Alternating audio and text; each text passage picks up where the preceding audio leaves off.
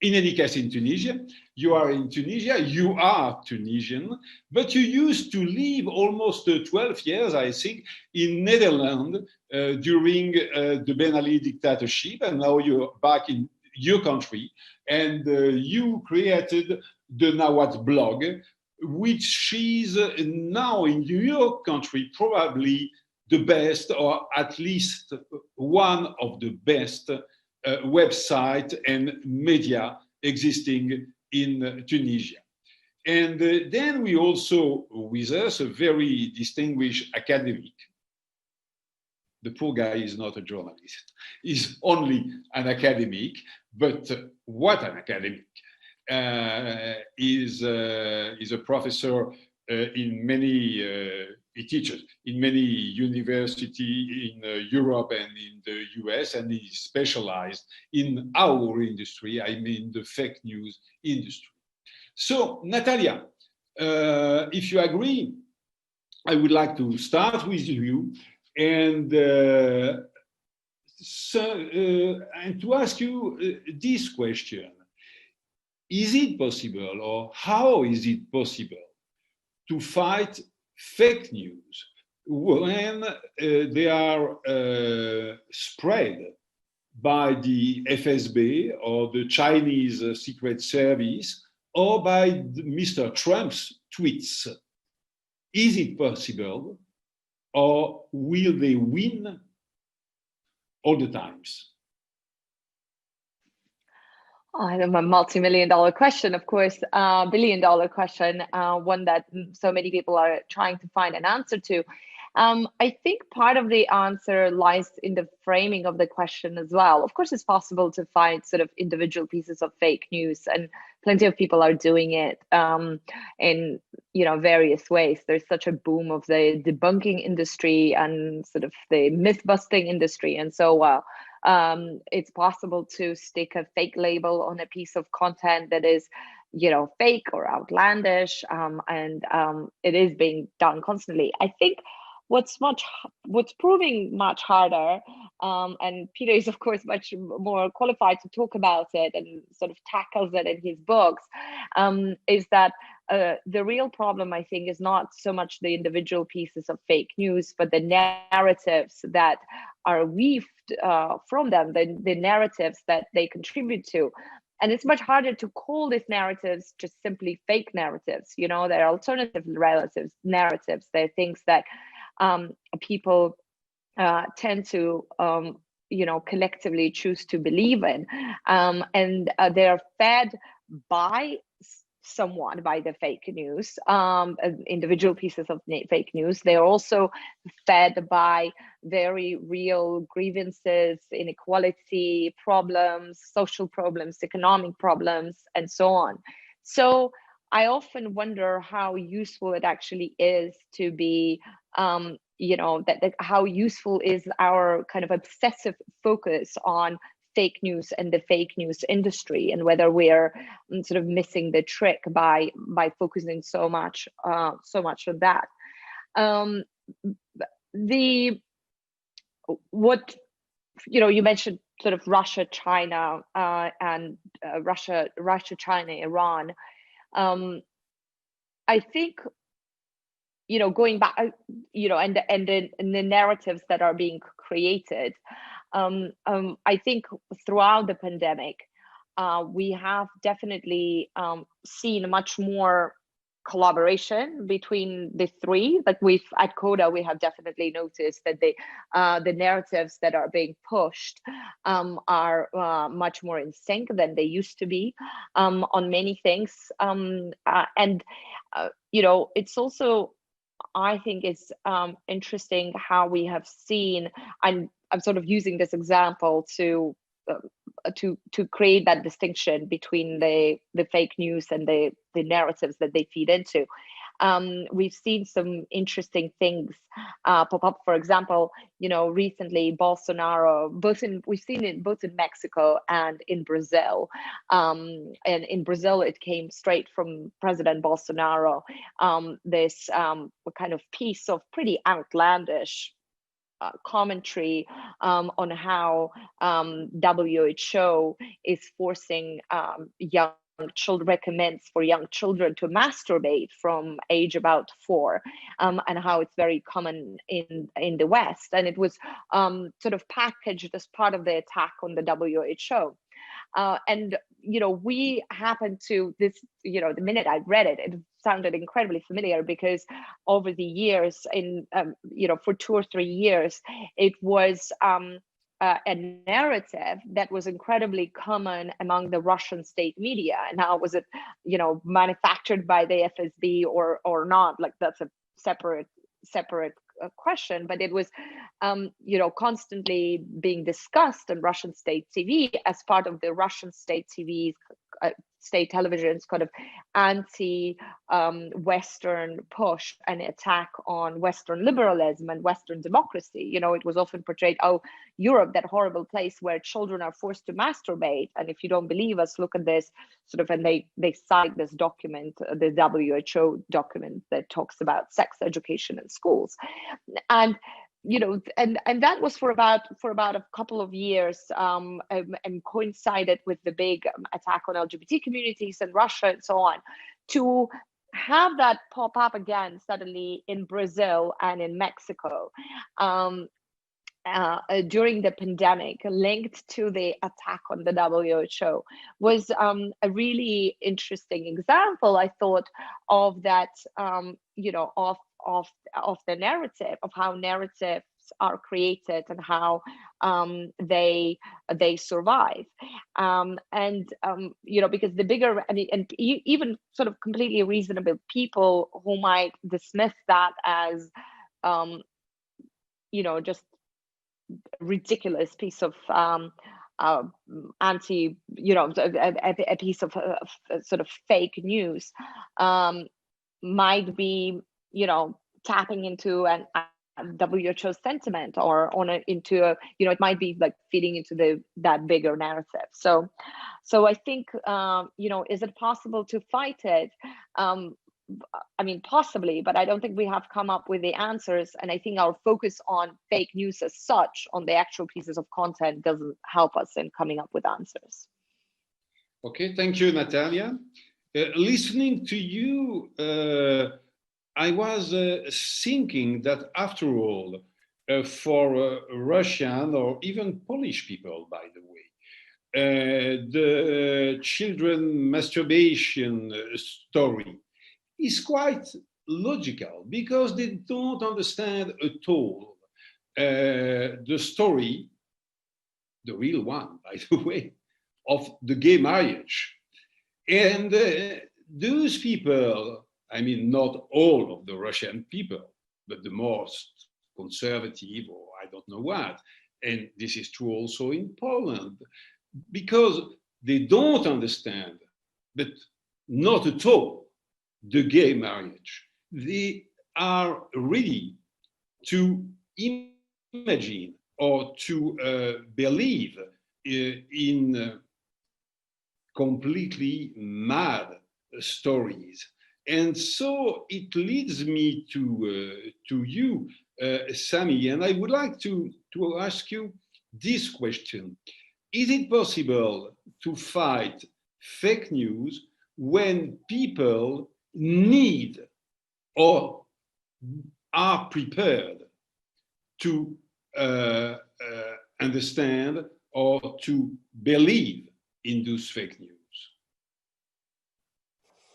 Well, hi everybody. First, it's a tricky question because the statement assumes that people are ready or willing to consume fake news, which is kind of problematic. I think people in general tend to seek the truth first, but they can be manipulated if there is a monopoly of media outlet or platform that is dominating the production and also manipulating through algorithmic programming the behavior of news consumption, which is, I think, the most threatening scenario or reality that we are facing as a media production outlet is the hegemony of the GAFA, mainly Facebook, as the platform where people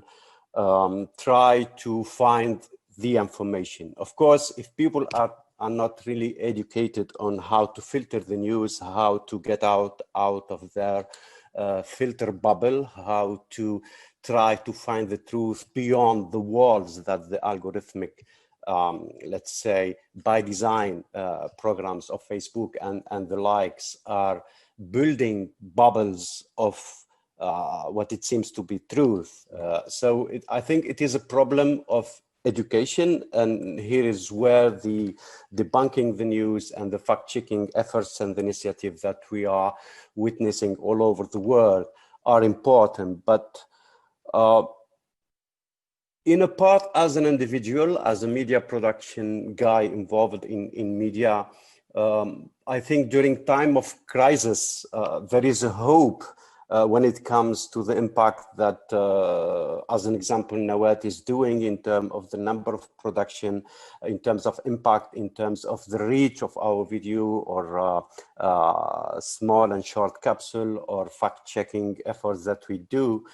But compared to established media that really reach people in their home with TV or radio, that I'm really despaired, because as an independent media alternatives with the website and print magazine, you really are limited in terms of niche of audience and the nature of the audience that is visiting your website. It's mostly composed of elite, people who are educated, who seek alternative and independent information.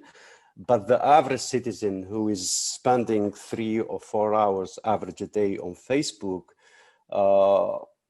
I think we really face a problem on reaching that kind of audience, which is which built on the despair side of my personality, because sometimes I really despair, as I said, and sometimes there is hope. But you don't despair, apparently, on the future of the press.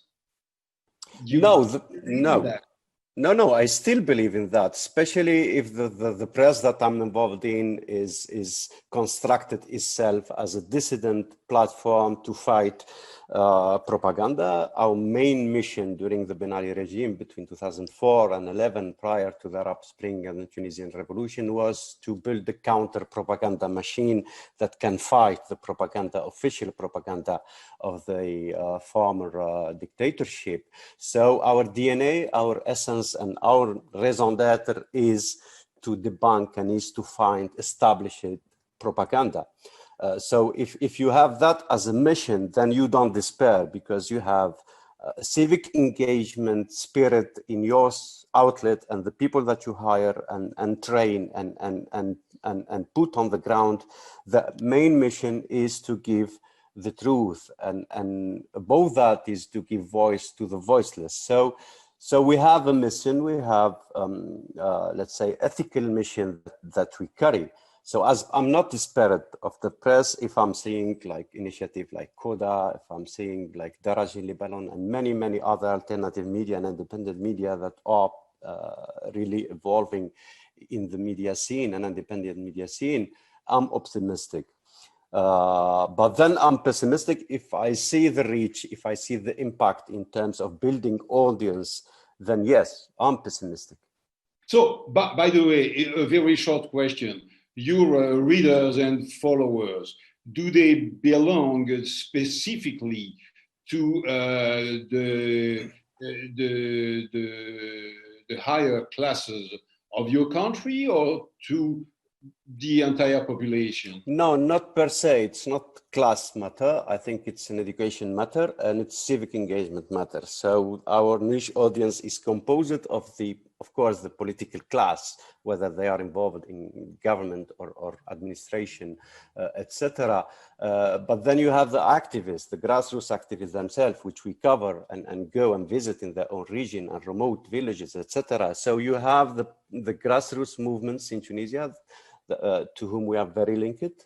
and we have the political class, and we have the network of civil society organization that we cover. Yeah, exactly. Okay, I see. So now, Monsieur le Professeur, it's your turn. And I will ask you, if you agree, also a very simple question. When did it start, this fake news industry? A long time ago or very recently? Is it completely linked with the social networks or not? I guess yes, but you will tell us. Well, firstly, to dispel a little bit of fake news, by some strange twist of fate, I've ended up working in universities. But my background's actually very much in media and in writing. I was a filmmaker, and now I write books. And I feel like a complete and utter refugee in the world of academia, where surrounded by these strange people who keep on asking me, what is your methodology? And I talk to people and I think, they're like, qualitative methodology. I'm like, yes, qualitative methodology. But it is interesting to be thinking about this from a slightly abstracted point of view after spending most of my life at in the trenches. I spent maybe 6-7 years of my life. I never left an editing suite. I was editing documentaries and documentary series, and that was my life. So it's very interesting to step back and try to see the abstract picture.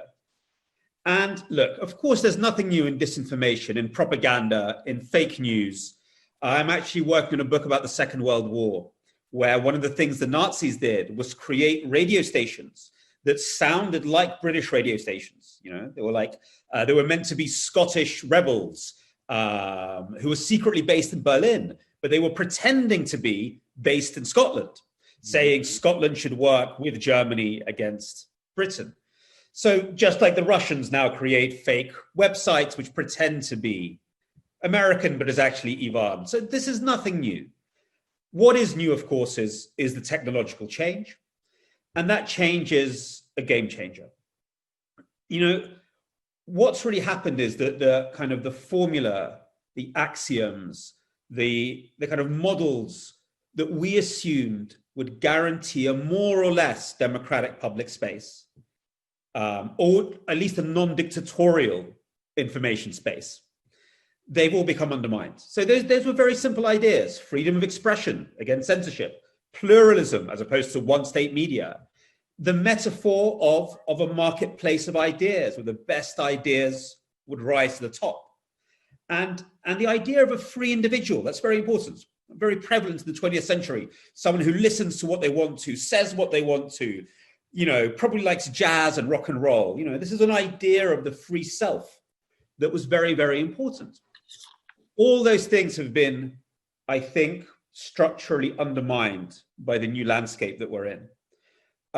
We now see regimes and politicians and forces who don't try to crush people with censorship, but they use the ideals of freedom of speech against people's rights. Yeah, in my last book, this is happening everywhere, in Mexico, in the Philippines, and Eastern Europe, obviously, but I think also in democracies, where we see regimes using cyber militias, troll farms, this whole army of information producers who crush people with information overload, calling them fake news, with threats and so on. Or just with so much confusion, people can't tell truth from fiction anymore.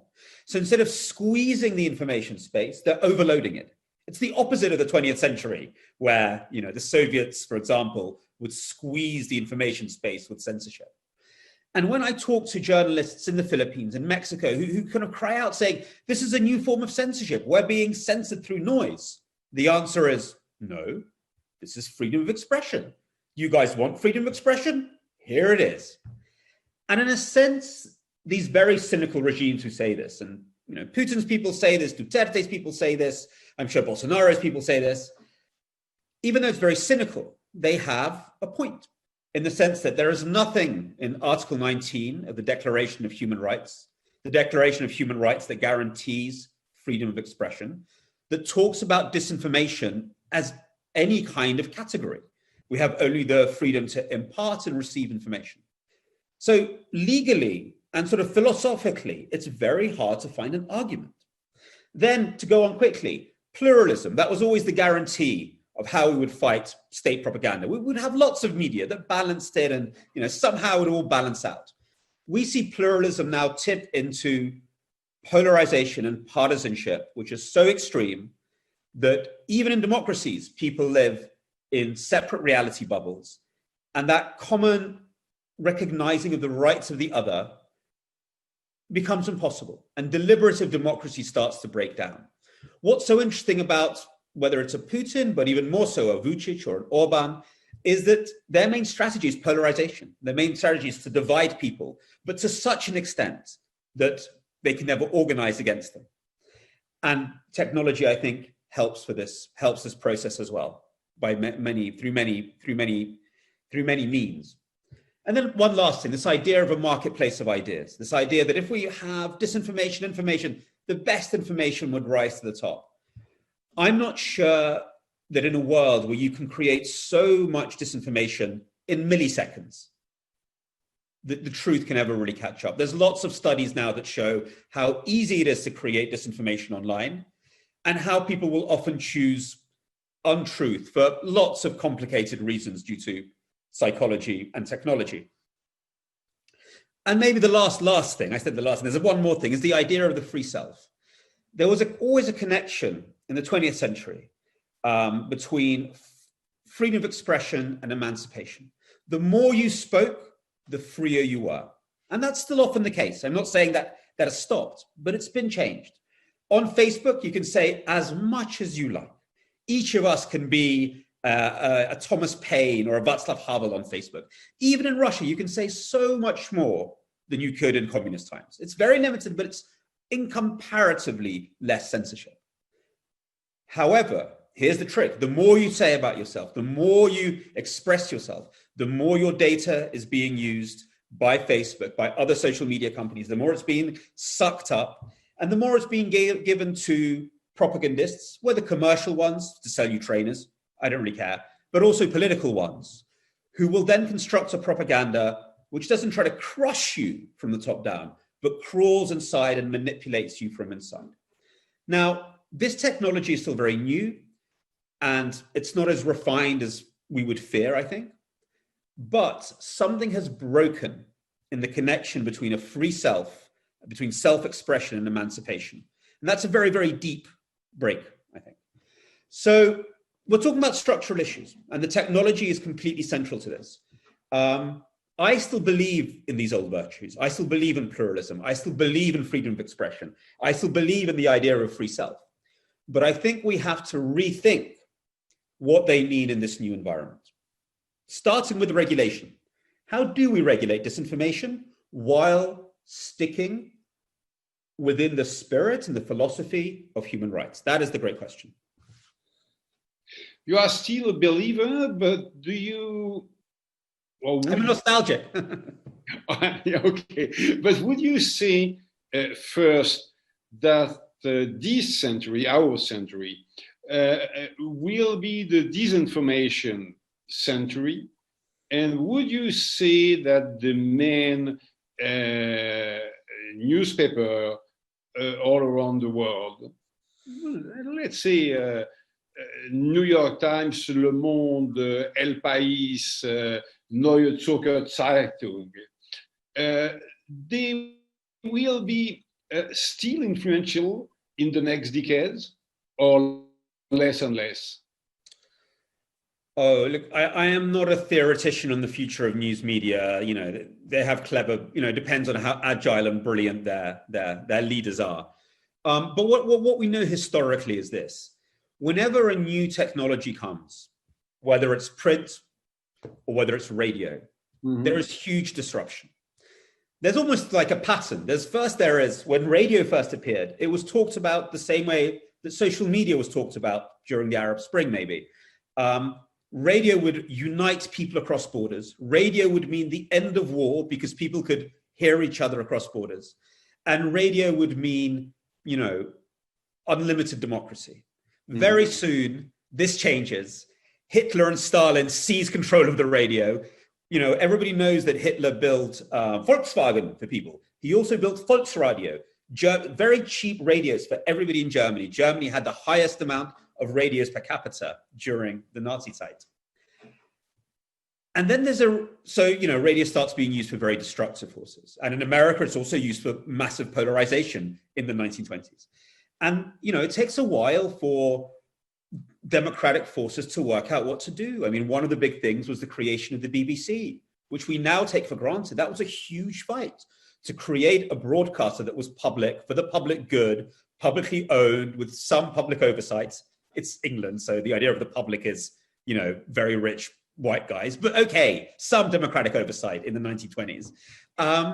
It took a while for democracies to adapt and to catch up. It's like, how do we use this technology for good? It won't happen naturally. It has to be thought about. And we have the beginnings of regulation as well, some sort of control about what can and can't be said. I think we'll go through the same process with the internet as we did with the radio. You know, first euphoria, unthinking euphoria, then horror, and then an understanding that look, democracy and democratic values don't just happen. They need to be constructed. So we will need definitely regulation. The main thing is for it to be good regulation, because the regulation being proposed at the moment is terrible regulation in Germany, in Britain. We can talk about that. And we have a crucial moment with the Digital Service Act coming up in the EU. This is a critical moment in the history. But also we need to start thinking about creating, what is the BBC version of social media? What is a public service social media? It's not used for commercial gain like Facebook or Twitter. It's fine to put your cat pictures on there. This cannot be the space for our political discussion or for our social discussion. What would be a social media that is for the public good? What does that mean? What will be the indicators that it is healthy? How would it be financed and who would oversee it? We need a moment as big as that, I think. Okay, thank you. Natalia, you speak English, you write in English, you are perceived, I guess, as a world citizen and not as a Georgian. In this time, but maybe I'm wrong, you will tell me, in this time of fear of globalization, of rejection of globalization, is it a plus for you or an handicap? I mean, I don't know how. I haven't surveyed people on how I am perceived. I think, you know, the Coda is certainly built to be a global media outlet, and very very intentionally so.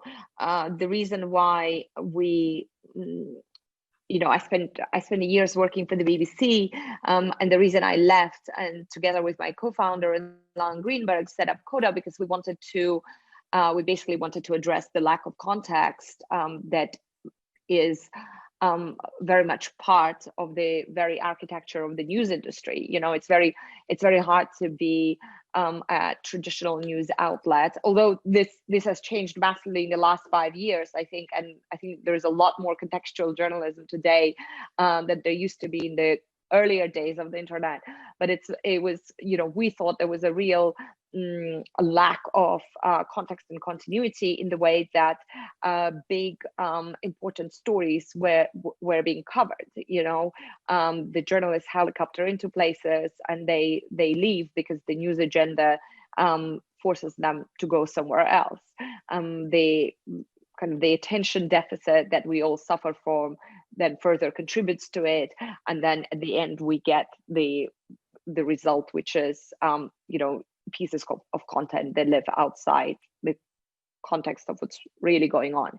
So that was very much the goal, and the thinking behind Coda when we first started setting it up required rethinking the very architecture of the newsroom that we were creating. So, you know, it's good because there is a good reason why most media organizations don't do context and continuity, because that's not how news media works, right? So the way for us to do it was to look thematically, to go the thematic route. and it has been a little bit of a trend in general in journalism, where the beat is no longer necessarily just geographical. There are more and more organizations that work on specific topics. What we are interested in are not just themes and topics. We're also interested in interconnecting them and showing how disinformation is linked to authoritarian technology and feeds into the war on science and what it means for our societies at large. The only way of doing thematic journalism of this kind is doing it globally, really, because in order to understand what's happening in the Philippines, you need to understand the trends and how they develop, in what's happening in the Silicon Valley and so on. So the global nature, my, as sort of my personal, if I have a global nature, that's a personal story, but the global nature of Coda is definitely very, very intentional, because we believe very passionately that the way of covering these stories is by finding the expressions, the illustrations of them in different parts of the world, because we learned so much more about we learned so much about Facebook from the way they handled the genocide in Myanmar, the war crimes in Myanmar, and it's so easy to overlook those stories. And in the same way, the earlier example of sort of the WHO / masturbation lies traveling from Russia to Brazil, in order to understand them and what's behind them and the narratives behind them, you really need to look at different places where they play out. But Georgia is not one of your priorities, I understand. I mean, the Georgian news, the Georgian politics, Georgian, I don't know, fears and revolts. No, it's not number one for you. No, our priorities are the themes and the topics that we cover. At the moment, it's disinformation, authoritarian technology, war on science, and we're looking at starting new channels on supply chains, as well as oligarchy. We have a newsletter now on oligarchy, but we're hoping to turn it into a full-blown channel.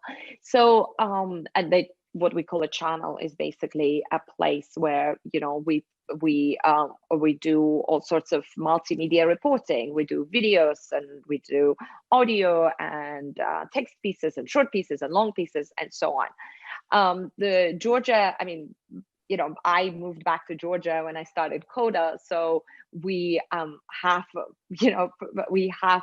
people in Georgia who work for us, and it's very important for us to, just as it is important for us to look at stories globally, it's important for us to reach the audiences to whom these stories matter. So we partner a lot with organizations that are publishing not in English language, and if we have a story from Bulgaria, we'll go and find a media platform in Bulgaria that would like to publish it. And we've noticed there's all, because we have this narrow thematic coverage, it's often stories that are being overlooked by others.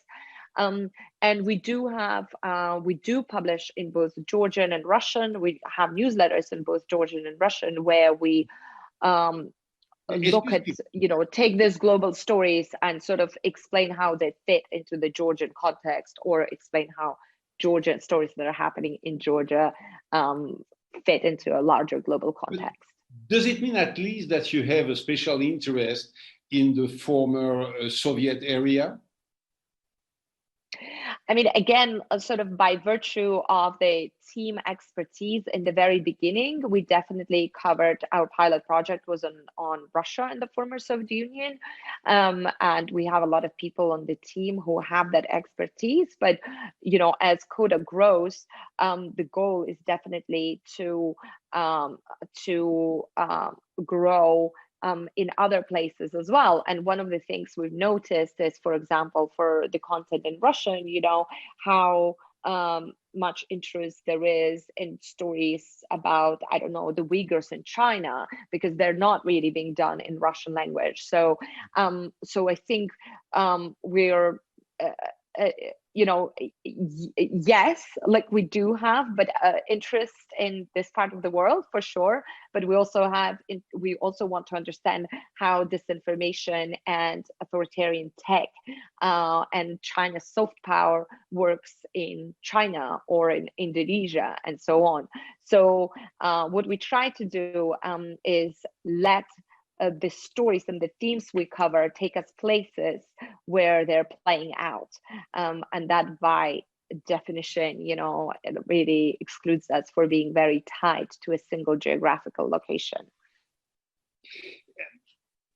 Sami, now, do you think that a media, website, newspaper, magazine needs or doesn't need to have a national or at least cultural root? I think I do believe. Well, based on my own experience and other experience, mainly around the Arab region and beyond, I think when a media initiative is really rooted in its own environment, then and is independent and provide really accurate information and give voices to marginalized community and people, then it will reach the authority, or autorité morale. I mean, it will reach the trust that is, I think, the main pillar of any media future and existence.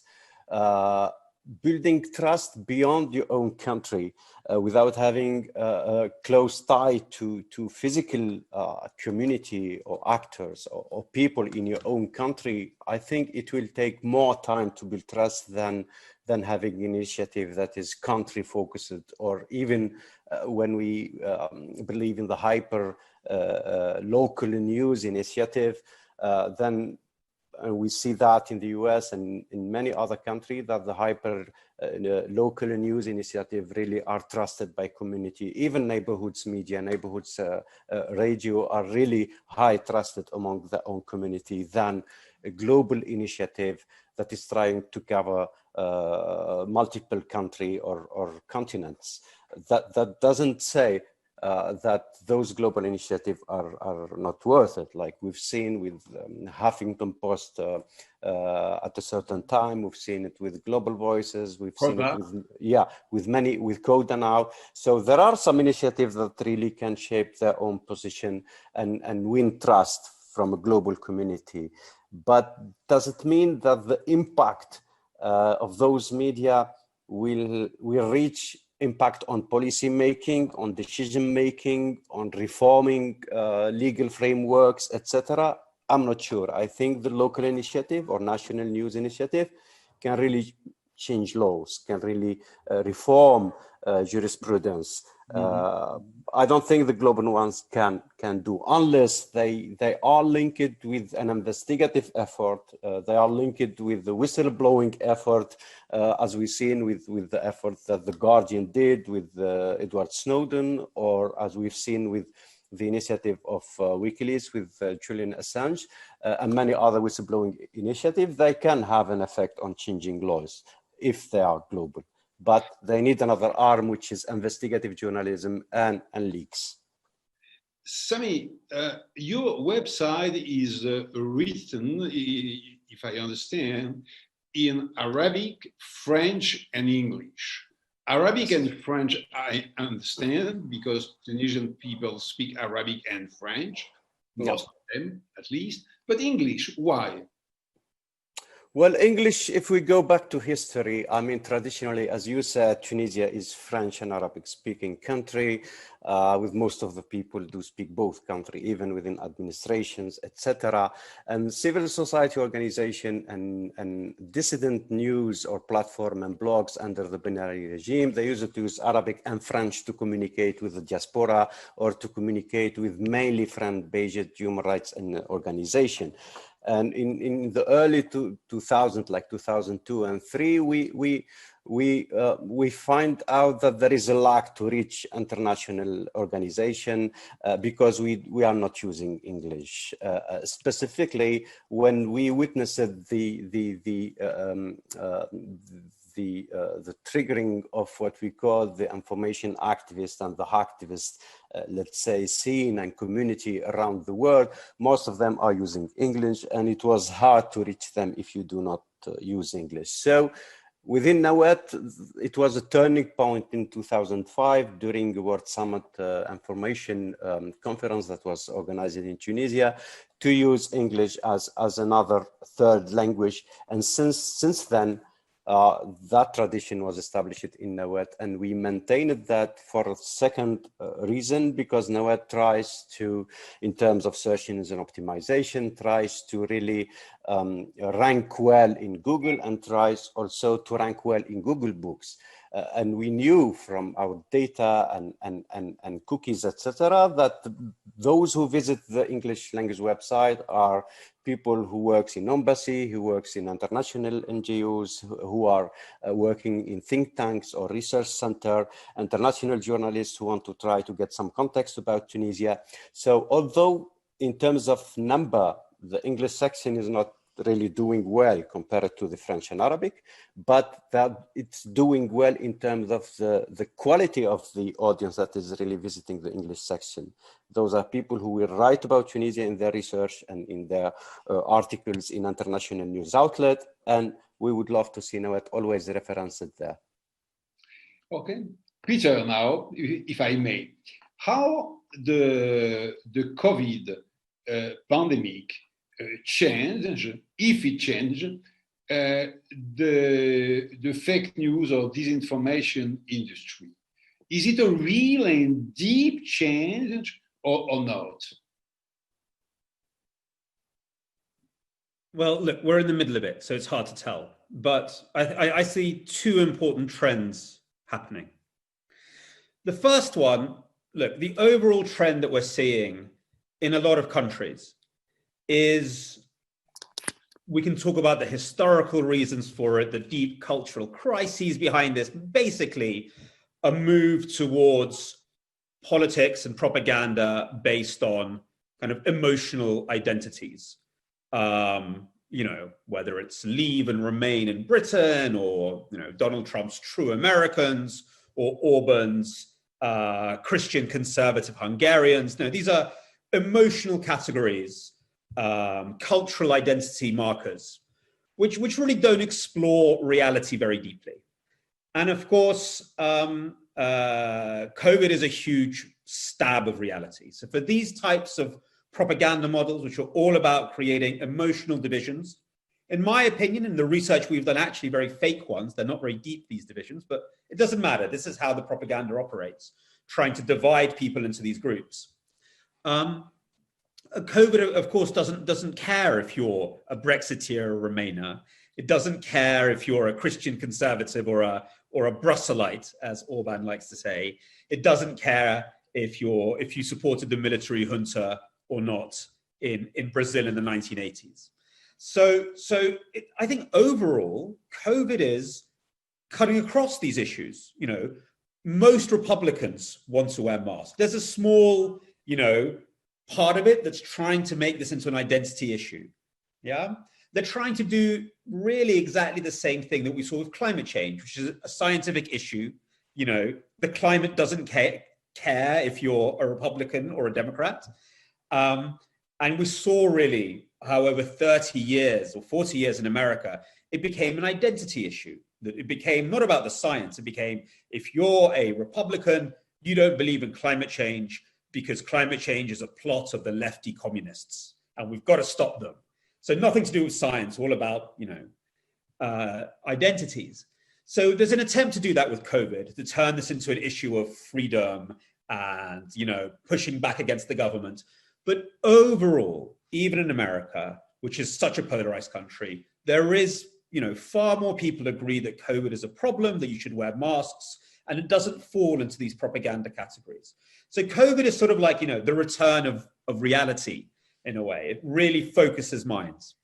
That won't necessarily last, by the way, because when things get very, very bad, when the plague comes, as you say, and when people feel helpless, maybe at first they look for rational solutions, but if it gets worse and worse, we'll see the opposite happen. People will become crazier and look for people to blame and look for scapegoats. So at the moment, I think we're going through a phase where it's very hard for what we call populists to work in this space. It's been a bad COVID for Bolsonaro, for Trump. Orban is the exception. But so there's that happening. At the same time, there's a longer trend happening, which really, really worries me. We've always had a kind of a disinformation bubble around science, largely about vaccines. You know, people who believe the vaccines are bad for you. Mm-hmm. But that was kind of off away in a corner. It wasn't really politicized. And then we had political disinformation around, you know, Hillary Clinton is the daughter of the devil, whatever, you know, and they were different things. What we're seeing is they're coming together. Political disinformation is fusing with medical disinformation. That's very, very, very dangerous. And I suppose what we should look for as an indicator is trust in health officials. Yeah, health officials are seen as above politics. You don't care if your doctor is a Republican or a Democrat. You just go to him because he's a good doctor. Anymore. If that starts to change, and it might be changing in America, I think overall it hasn't changed. In Britain, it hasn't changed. Public health officials are seen as above Brexit and Remain. I think in most places it hasn't changed. In America, maybe we're seeing that wearing away. So if we see the politicization of the medical discourse, this is, I think, pretty much the end of the Enlightenment project. I mean, doctors were our last Enlightenment figures. They were the last people who we thought about in terms of rationality, science, you know, truth. If medicine becomes politicized, then there's almost no space left for a reality-based discourse based on the virtues of evidence and kind of, you know, and facts. So if I was feeling very, very, if I wanted to do a stupid headline, I do it around that. You know, this is the last stand. It could also be a victorious last stand. This could be our Stalingrad. I've now said that we're like Stalin, but fine, I'll do that. This could be where the pushback begins. This could also be, you know, the end, the beginning of the end for a lot of this terrible, terrible, you know, propaganda that has swept the world. So we'll see. It's a critical moment. But we're in the middle of the battle. Is this a Stalingrad? We're still in the middle. You know, we don't know how this is going to end up.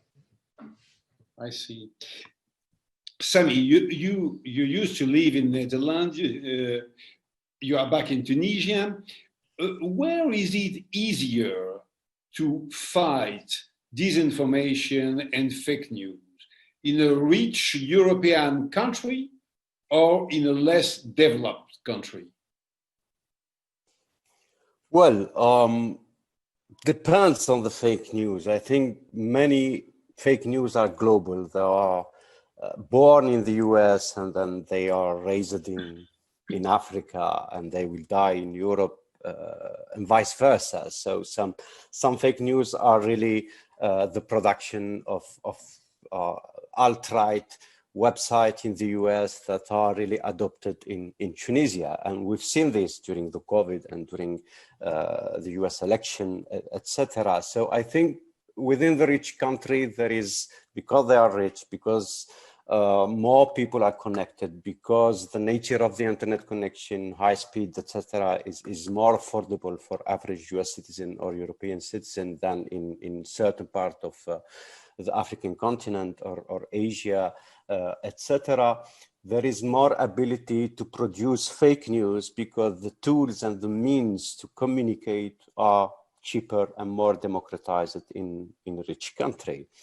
But on the other hand, media and fact-checking initiative, they do have more resources to allocate and invest resources and staff to build a fact-checking effort.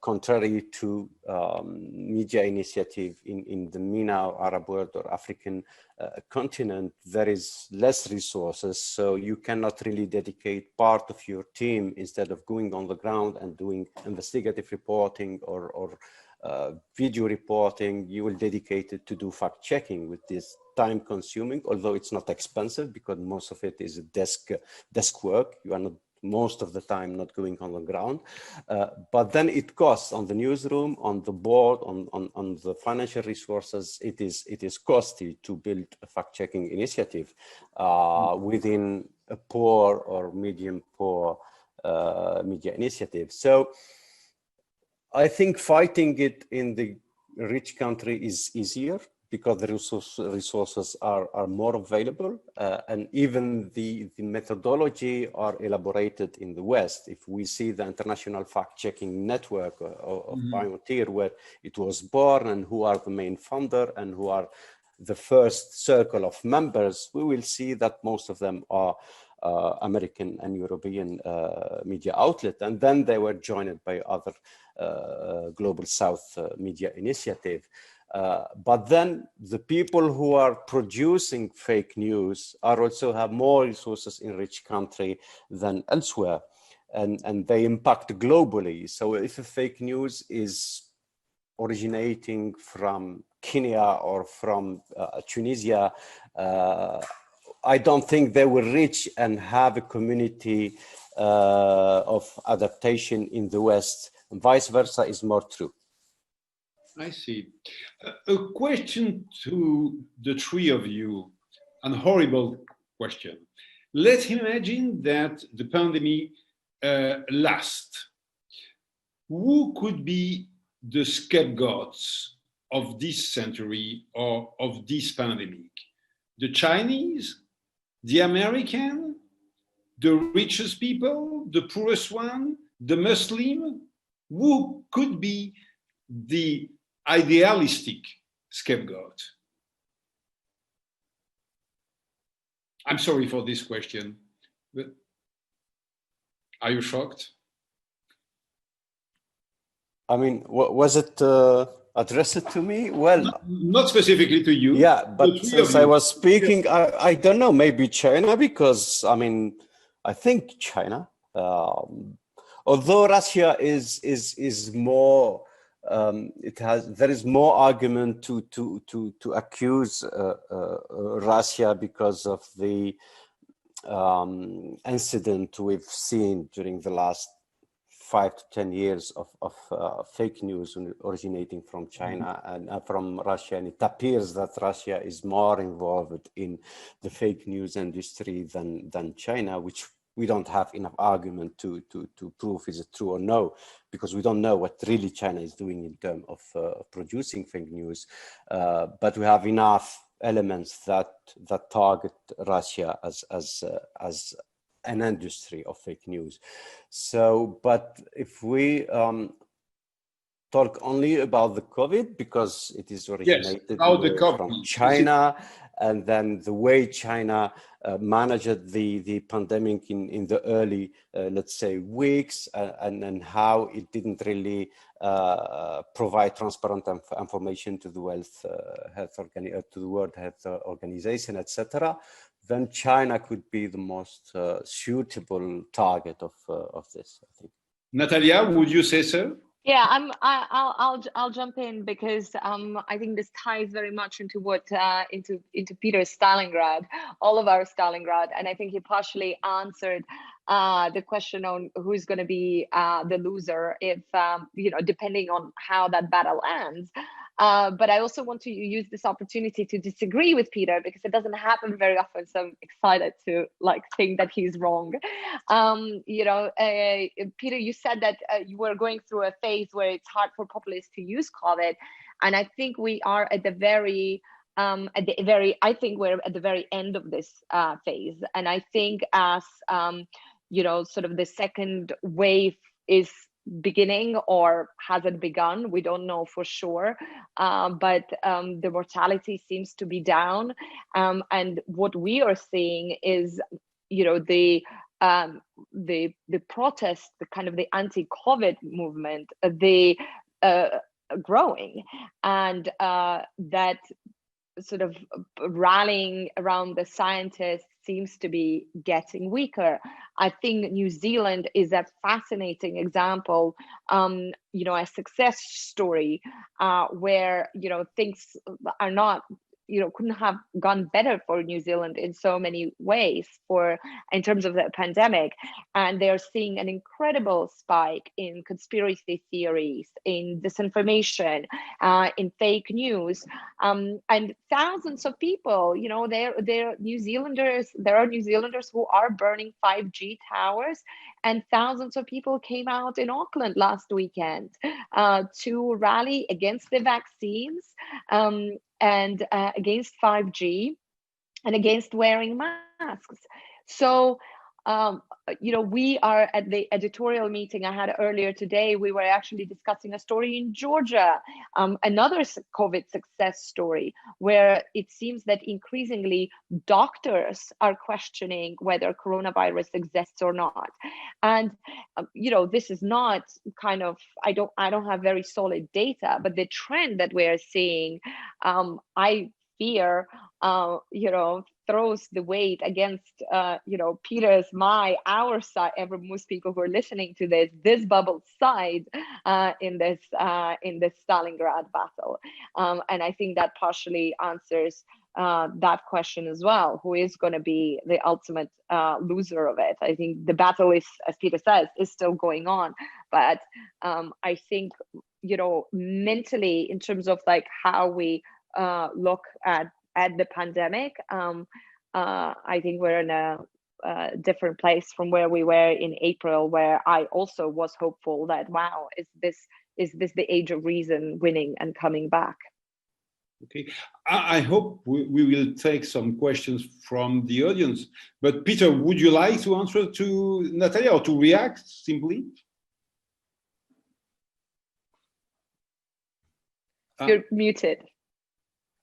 Yes, exactly. I have to uncensor myself.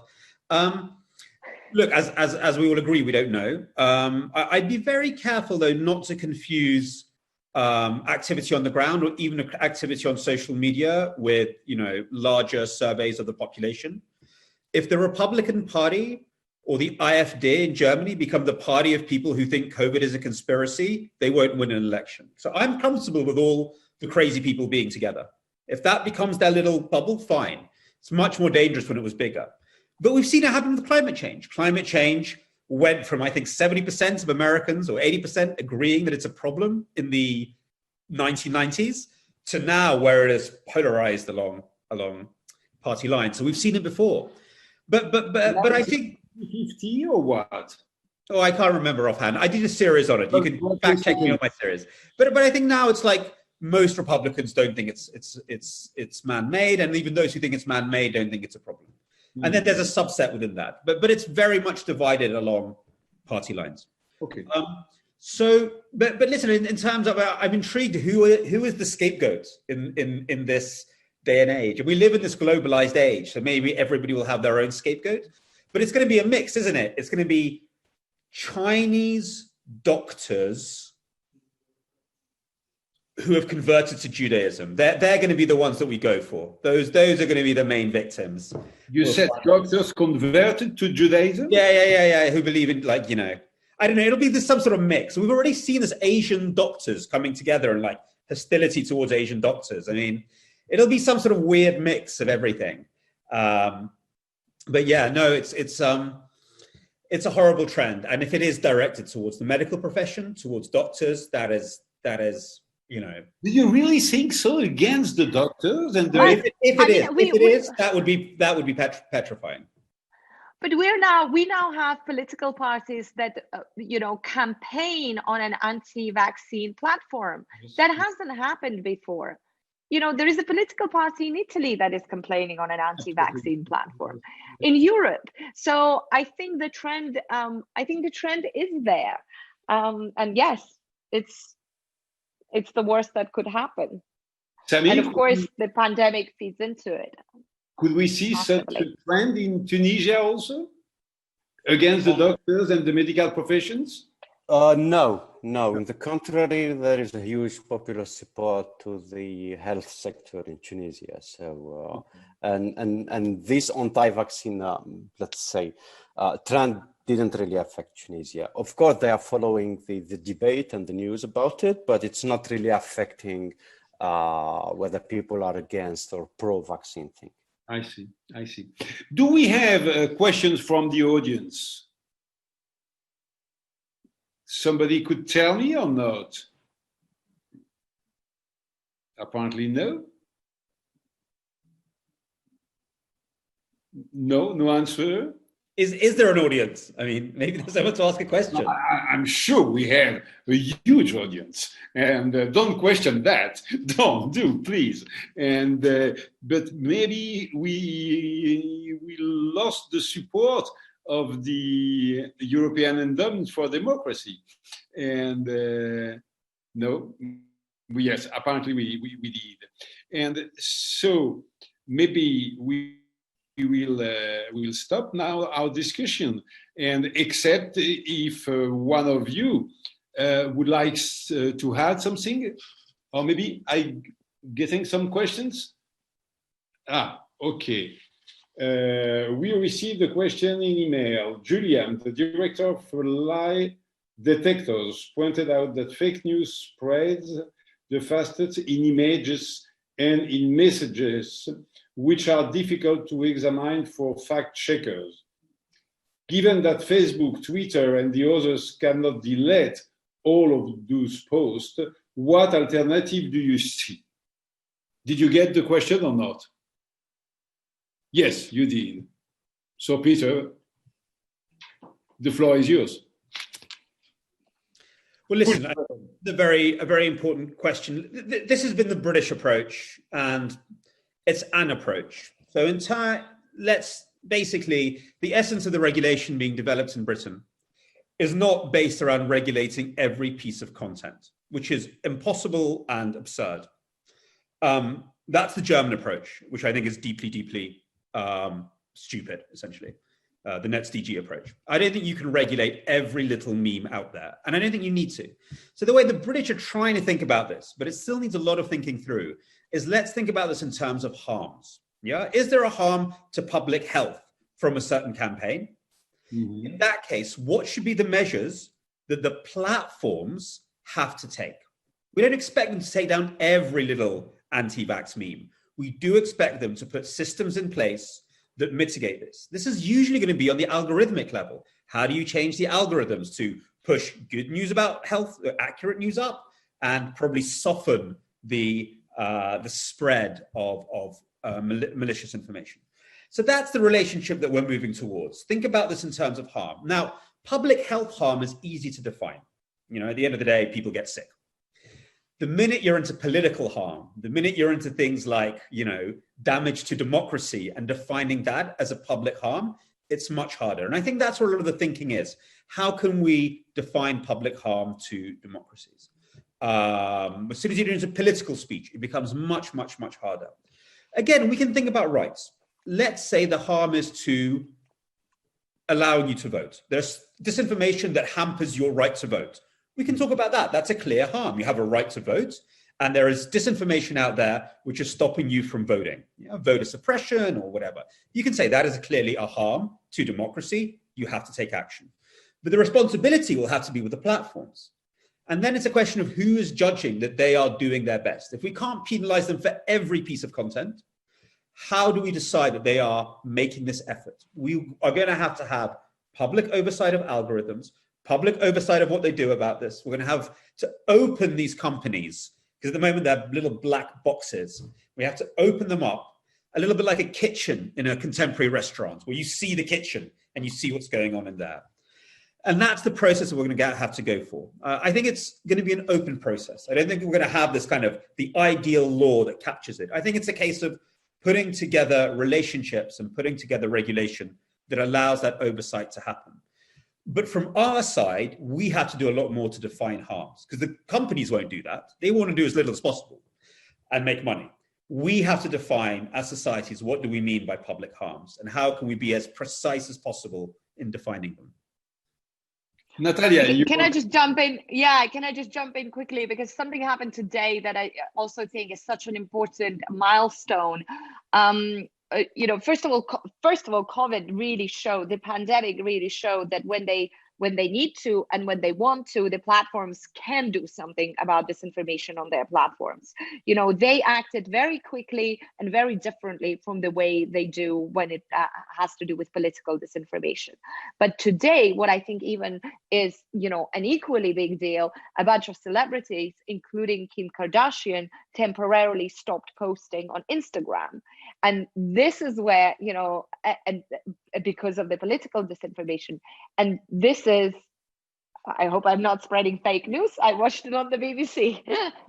But this is a very big deal. And I think this is a change in the kind of a much needed change of kind of the discourse and the public thinking about what platforms do and the power of the platforms and the power of social media and how it translates into the real life, because a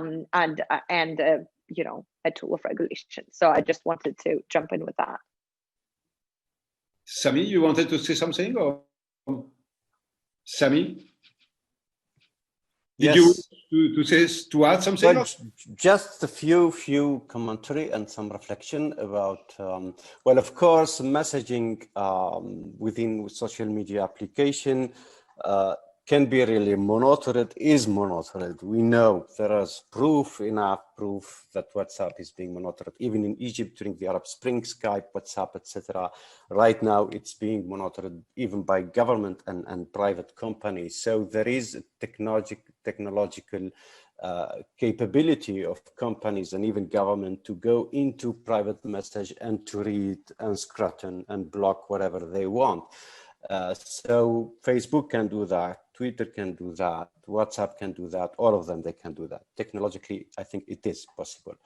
But then the platforms, as it has been mentioned, they did something with the COVID. Even if you publish a public post on Facebook, there is an info that is being shared by Facebook automatically that detects some partly true, partly false, fake, not fake, etc. And they will push you a notification to alert you about the post here or the link that you just published. The tricky part of this is when we go local, hyper-local, in terms of the dialect that is being used, and algorithm cannot really do with dialects. We have hundreds of dialects in the MENA region using Arabic with French, with Italian, with Berber language. How can an algorithmic built machine can really understand semantically what is being published? And that's the part of the tricky side of misinformation. You cannot really analyze an entire post that is written in a mixed language, in a Tunisian dialect or Egyptian dialect. That's tricky to block and censor. Sure. Would you say, all of you, that the GAFA will be in this century the so-called, let's say, the masters of the universe? Who will be? The GAFA. Google, Amazon. Oh, right. I mean, aren't they already? They are already. I mean, look at the money they have. Sure. And Peter, would you say so also? Look, they're very precarious masters, maybe for a very precarious age. One little tweak in American legislation about intermediary liability, which would make them liable about content on their platforms. One little tweak to a subset of a law, and they collapse. So they are very, very, they are titans, but made of glass. And the EU Digital Service Act is going to be the first, the first stone thrown at them. Look, I'm all for regulation. The main thing is we get this regulation right. There's a huge amount of trust played in antitrust regulation, breaking them up. I think that we have 12 nightmares, at least one, instead of having one nightmare of Facebook, we have 12 nightmare ones. I don't see why antitrust solves anything. I think we do have to go back to my argument at the start about what is freedom of expression today? How do we deal with this fracturing and this decrease in the potential for deliberative democracy? And what's the company's responsibility And do we have to create alternative platforms? It certainly has to change. It can't be the way it is. But these are very, very fragile masters of the universe. So I'm not, I'm less scared of them, though I am very worried about by their models. Sami, your view on that, if you have one? Sorry, I need to unmute. I was listening. I need to unmute. Your view on that question. Yeah, but I think it is, I'm of course for regulation, but what kind of regulation? And then, and from whom? Who is the authority that can regulate? Of course, as US government or federal government, they can regulate or push this company to enter under regulation within the US territory. Mm-hmm. But if we speak about sovereignty of other nation, what can Tunisia do to regulate cyberspace and the role of Facebook? Shall we stop Facebook from being used during election time? That could be done also by China and Iran, other dictatorships. So it is tricky. It is tricky. I think an international body such as UN could play a certain role if we believe in the UN. If we have Trump on one side that doesn't believe in international institution at all, and other like-minded president in big and rich country, that would be a problem. So who will be regulating? The EU can regulate its own space, of course, but it will face some resistance. But at the end, it can regulate Facebook and Google and Apple, and we've seen some precedent on that. But speaking about countries that are not in Europe or in the US, it will be tricky to protect your own sovereign territory. And what does it mean to be sovereign in the cyberspace? First of all, if the GAFA are weaker in the US and in the European Union, they will be weaker in Tunisia also. I'm not sure they can use Tunisia and the entire Africa as an offshore paradise. We don't know. That's as we've seen it in offshore paradise for money laundering and tax evasion. We can see that. Okay. So, but couldn't be. Oh, sorry. No, go ahead. I had more a question. Isn't the EU's role as a rule-setting power incredibly important? Because it's such a big market, the companies will have to adapt to those regulations. And I don't know whether somebody in Tunisia could then sue Facebook in Europe. But I think the EU does play a big role. And listen, I'm sure that the European Union will decide in the matter of months of years. I don't know. But in a short delay, we'll decide some kind of regulation. And first of all, a tax regulation, because those masters of universe don't pay taxes in Europe. By the way, they don't pay a lot in the US neither. But in Europe, they don't pay almost nothing. And so we will decide something quite strong. And I'm sure of that. And to answer more broadly your question, I think that European Union will be more and more Keynesian and less Thatcherite. More and more Tunisian. No. More and more Keynesian. Oh, Keynesian, yeah. Keynesian and less Thatcherite. The process is already going on. Okay, so thank you to you all, and what? I have a short message. Yes, I will read it. I would like to remind you that Democracy Week is not finished. There are more events to come. Later today at 5 p.m., there will be a session on political parties in the context of COVID-19. And tomorrow morning at 10:30 a.m., there will be a very interesting, let's hope it will be very interesting, event on Belarus. Oh, yes, with the participation of Svetlana Tikhanovskaya, the former opponent to Lukashenko in the so-called election. So now you know everything. And thank you to Natalia, thank you to Sami, and thank you to Peter. Thank you. Bye-bye. Thank you. Bye-bye. Thank you all. Bye-bye. Have a nice day.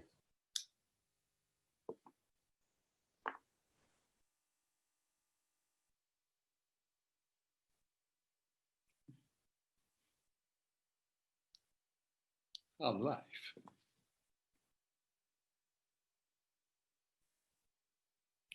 Bon, je ne sais pas si nos amis sont encore là ou pas.